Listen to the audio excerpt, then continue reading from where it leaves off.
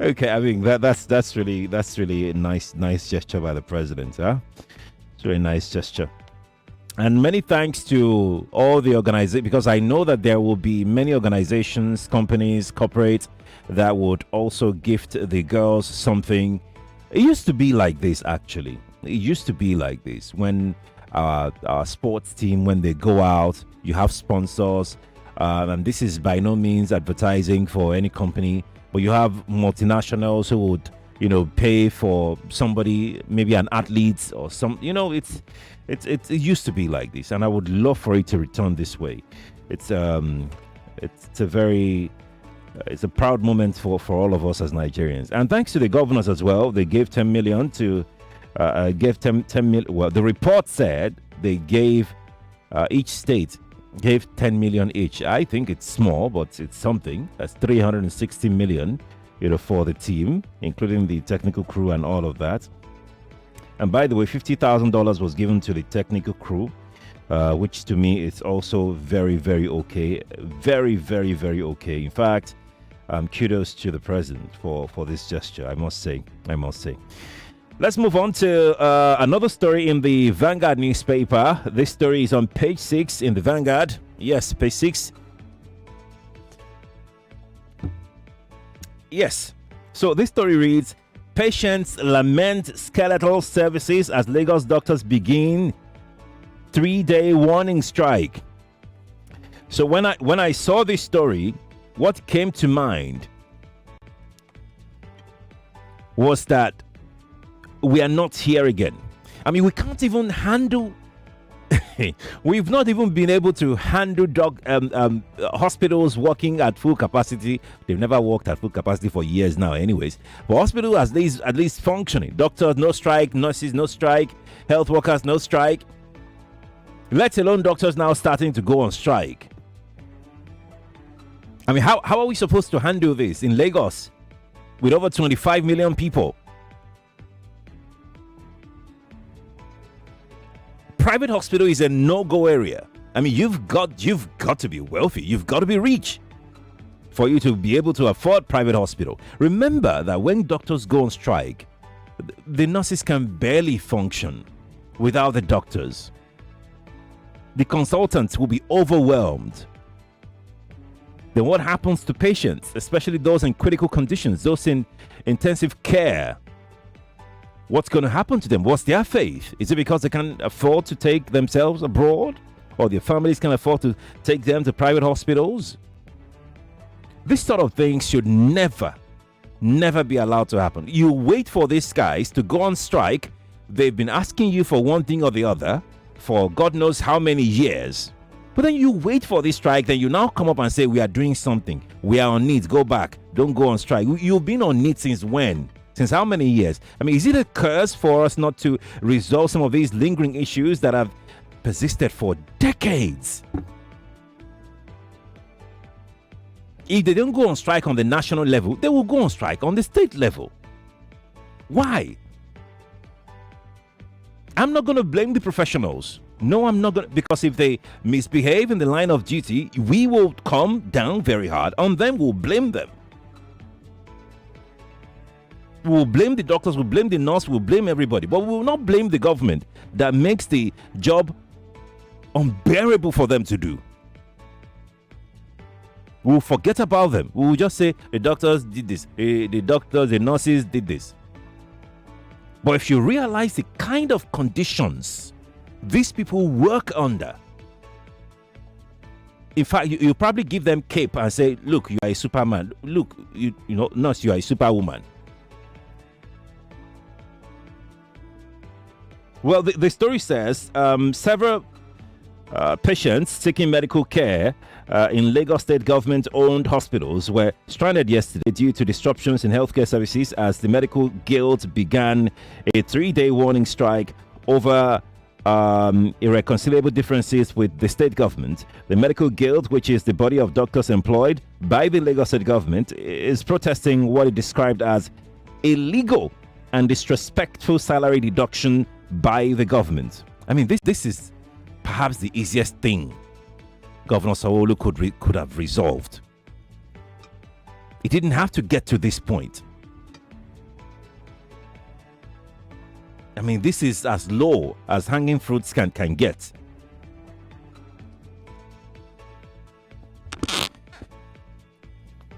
I've spent past my time, Abby. Just let me take one more story. Let me take one more story from the Vanguard, and then we'll move on to go and take the Daily Trust, and then I'll come to you then. Huh? Okay, right. Girlfriend stabs boyfriend to death over alleged infidelity in Ondo. Girlfriend stabs boyfriend to death over alleged infidelity in Ondo. Just be careful. Just be careful who you call a lover. Let's be careful. Let's go to the Daily Trust very quickly now. Daily Trust has this story or the following stories. I mean, the Super Falcons story is practically everywhere this morning, so we're going to glide away from that. 2027 AMPP bloc insists on VP slots. It's presidential prerogative, Ali Modi Sharif. So Ali Modi Sharif is right by saying that it's the president's prerogative. Yes, the president will decide who he can work with, who he wants to work with. Yes, but it's also morally right for you to look at all the blocks that formed the APC and try as much as possible to carry everybody along. You don't have to, push some people aside because they are this, they are that.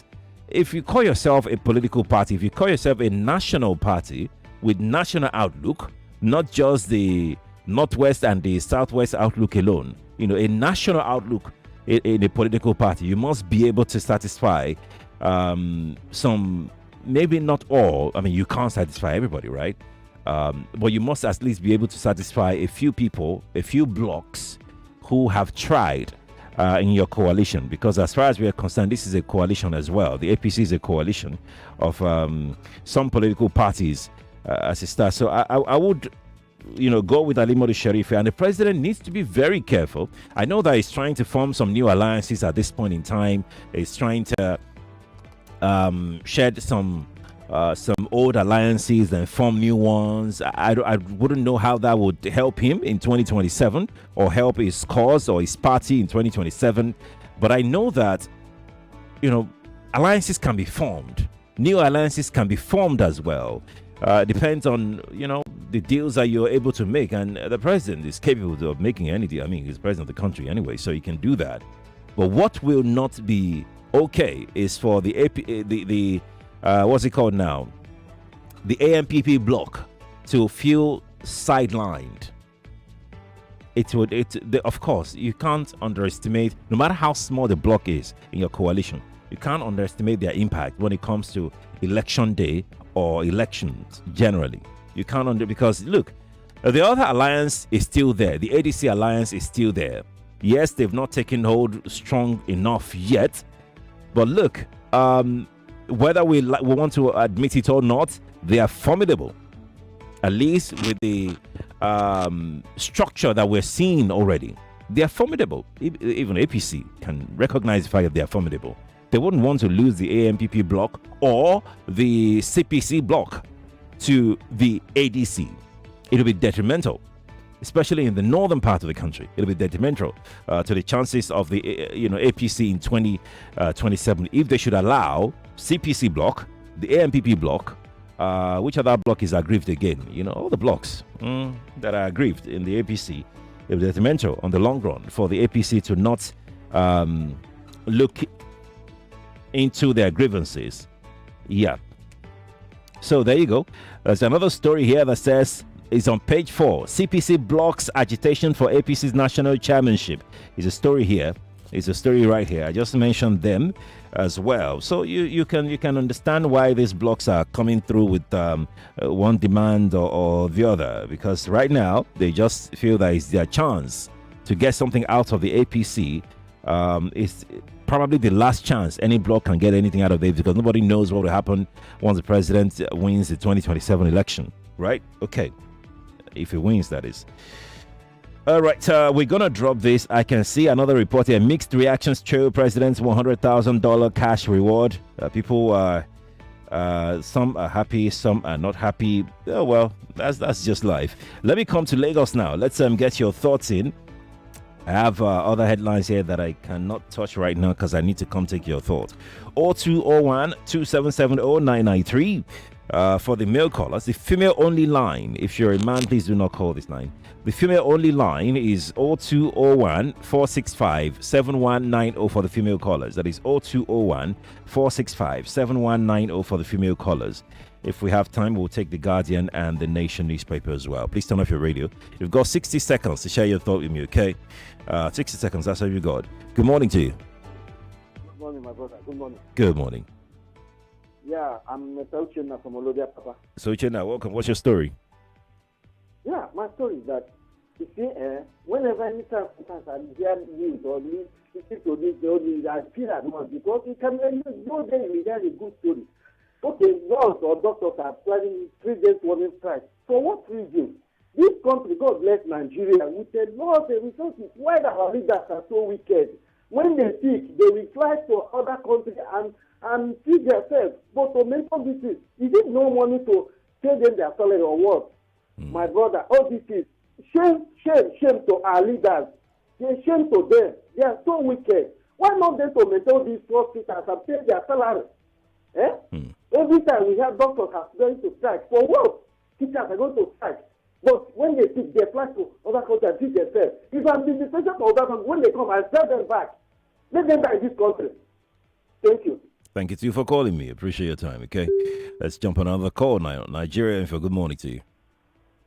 Good morning, Sheriff. Good morning to you. Mara, I'm speaking to you from Epe. Welcome. I see trouble in the APC, before the 2027 election. And if the coalition do well in terms of putting their acts together, trying to streamline moves, from them and so on, APC will most likely divide, because of these agitations.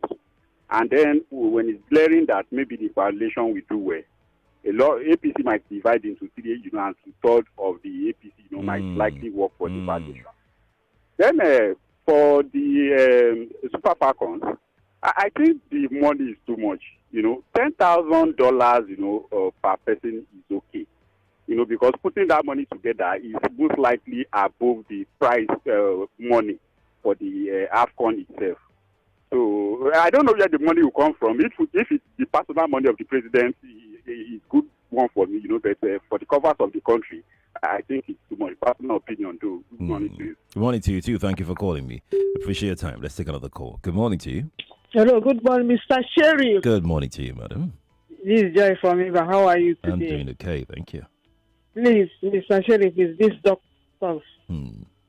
They are the ones treating us. We cannot go to London or America. Why is it that they themselves that are going over there? Why is it that they cannot pay these doctors and nurses? If you go to hospital like this Igondo that is near to me, Mr. Sheriff, come and see what the doctors are going through. Oh, why is it that they cannot pay them? And show our governor here. Solu. He knows the problem now. Why can't he give them that money? It's too bad. Mr. Joel, give them the money. Give them their money. Pay them. They will suffer for it. They work for it. They are the ones that are teaching people that cannot be able to go to London or America. That is, Uganda is my hospital. That's where I used to go. Let them pay them. The doctors are doing a lot of jobs there. Thank you. Thank you, Joy. Thank you for calling. Appreciate it. Okay. Nigeria Info, good morning to you. Good morning, Mr. Sherry. Good morning to you. Okay, my name is Odunlade Priska. Welcome.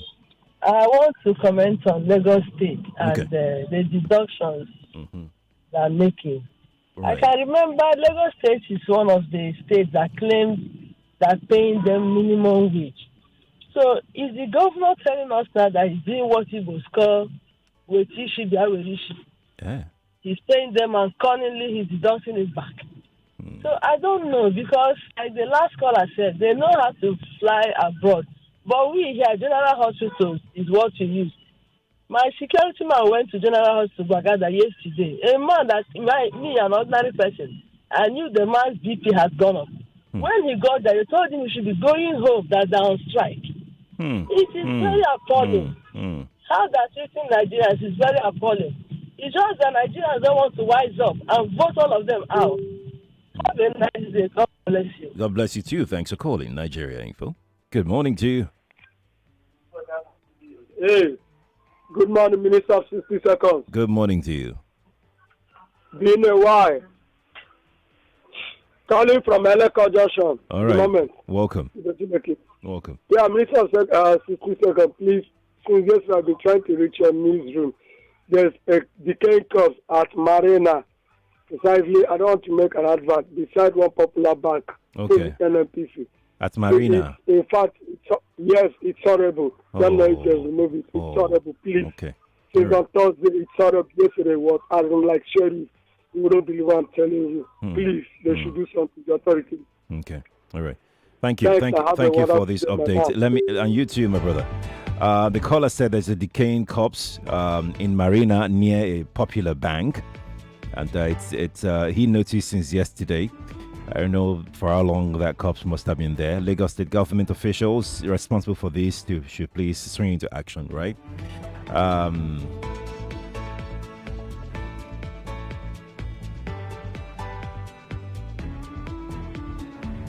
The CBD guys as well. I mean, the CBD guys should have noticed this thing. Yeah. Okay. Anyways, let me take another call quickly. Good morning to you. That call has dropped, so we'll take another one. Good morning. Morning to you. Sheriff. Good morning. I greet you. I salute you. Yes. As long as our political class don't use our Nigerian hospitals, it will remain a mere consulting clinic. And the problem will linger. There's no two ways about it. I know what I've been facing for the past 2 weeks. The places that we have taken my mother-in-law to. And I know how much we have spent. If you don't have money in this country, when you have health crisis, I'm sorry. Just hope that you don't have any health crisis. Just hope and pray that you don't have. Right? Or you have money. You pray. Yes, so because there's no how that once in a while you don't have any challenges. You know? So, but if it comes and there's no money with you, like Fela would say, you go, yeah, pansa. And for our girls, congratulations to them. But Mr. President and the Sports Ministry, don't neglect other sports, especially our Paralympian teams that came back to that day and were crying. Don't neglect other sports. All that money you are giving to them, put it too in other sports. Let it grow. Thank you. Thank you too. And just to add to that, it's the National Sports Festival that we usually do here, hosted by state. The last one was hosted by Ogun State. I think a lot needs to be done in terms of hosting and compensating athletes who take part in National Sports Festival. Back in the day, this used to be fertile ground where we harvest superstars, world-class athletes to go represent Nigeria. I don't know whether that is still the practice till today. You know, back in the day, I know that a lot of brilliant athletes who have gone to naturalize themselves in other countries who would appreciate them, they were harvested from the National Sports Festival. And I hope that with this gesture that the president has exhibited towards these girls, we can also look into, like the last caller said, we can also look into other sports as well. It's a brilliant gesture, to be honest, as far as I am concerned, because I feel that we don't know the value of talent. We don't know the value, the worth of talent, because you can't pay talent enough. You can't pay the cost of it of being talented to someone who is gifted. You can't. So I don't agree that the money is too much. I think no matter what they get, they deserve. You know, that's the way I see talent. That's the way I manage talented people, because I feel that you can't really pay their worth. Whatever you give them, they deserve it. They absolutely deserve it. You can even undercompensate itself, but there's nothing, to me, in managing talent, there's nothing like overcompensation, really. That's the way I see it. But we're going to leave it here for this morning, Lagos. Thank you for being a part of it. Kofi is making a return on the morning crossfire, the last 1 hour of the show. Then I will be back by 9 o'clock for the Daily Digest with Jimmy. So we'll find something to talk about. Would definitely, I mean, we can even pick up this particular Falcons story. Or we can switch depending. Yeah, we'll do something really interesting. We'll do. Then from tomorrow we'll now plan for the remaining days of the week for Daily Digest. Right, 7:58 now. Lagos, thank you for being a part of this. I'm Sheriff Quadri. Good morning to you. 7 p.m. Don't knuckle. 99.3 Nigeria Info. We are more than just radio. Subscribe to our YouTube channel at Nigeria Info FM. Check us out on Facebook at Nigeria Info 99.3. Follow us on Twitter at Nigeria Info FM and on Instagram at Nigeria Info FM Lagos for live updates as it happens. 99.3